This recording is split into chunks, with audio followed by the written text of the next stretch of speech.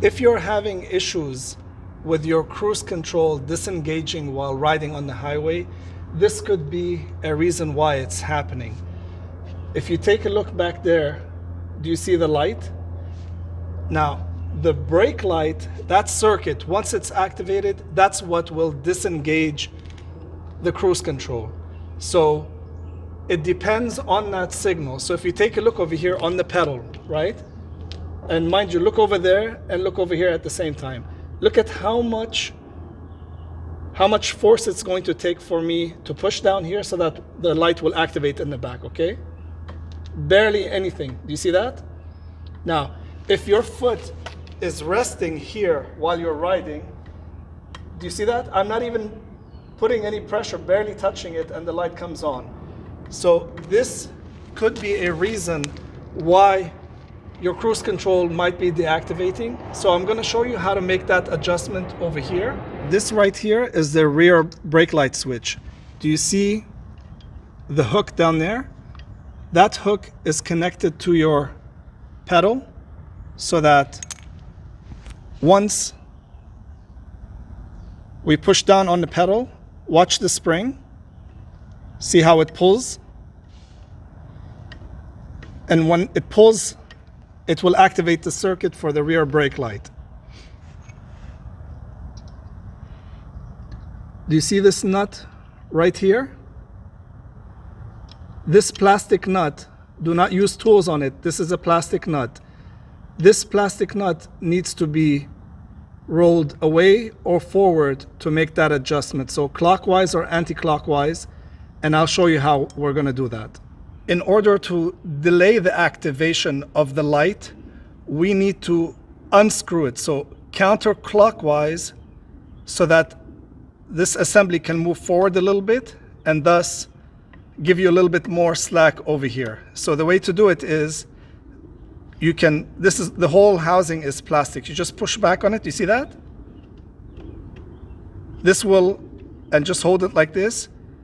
This will free it up so that you can unwind it with your fingers, okay? So clockwise to actually take away any slack, counterclockwise to give yourself a little slack. So we're gonna go anti-clockwise.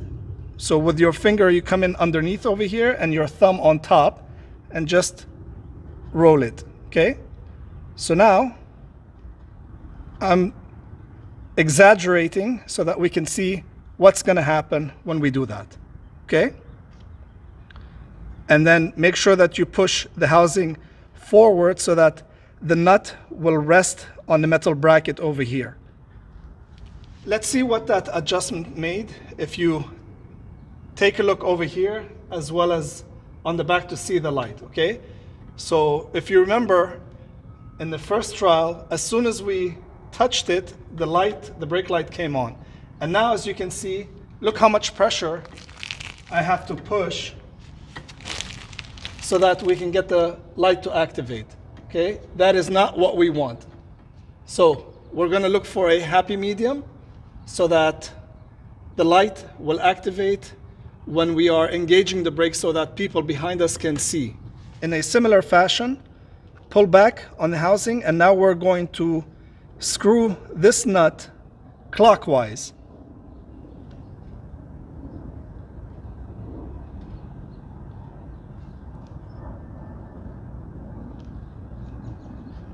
And then make sure that it's seated all the way forward.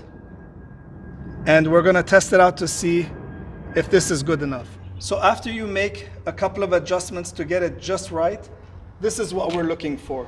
So if you're riding on the highway and your foot touches the brake, I hope you can see the light back here. You see, it's not activating by just minute movement. So watch my foot and look at the light at the same time.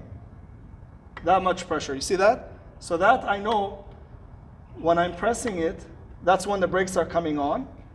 And I want to make sure that when the brakes are applied, that the lights are on, but I don't want to accidentally touch it and disengage the cruise control and create issues. Because if your foot is constantly on the brake, and it's constantly doing this and activating and deactivating the brake light, this will create a fault. So just keep that in mind. I hope you guys found this helpful. Have a great day.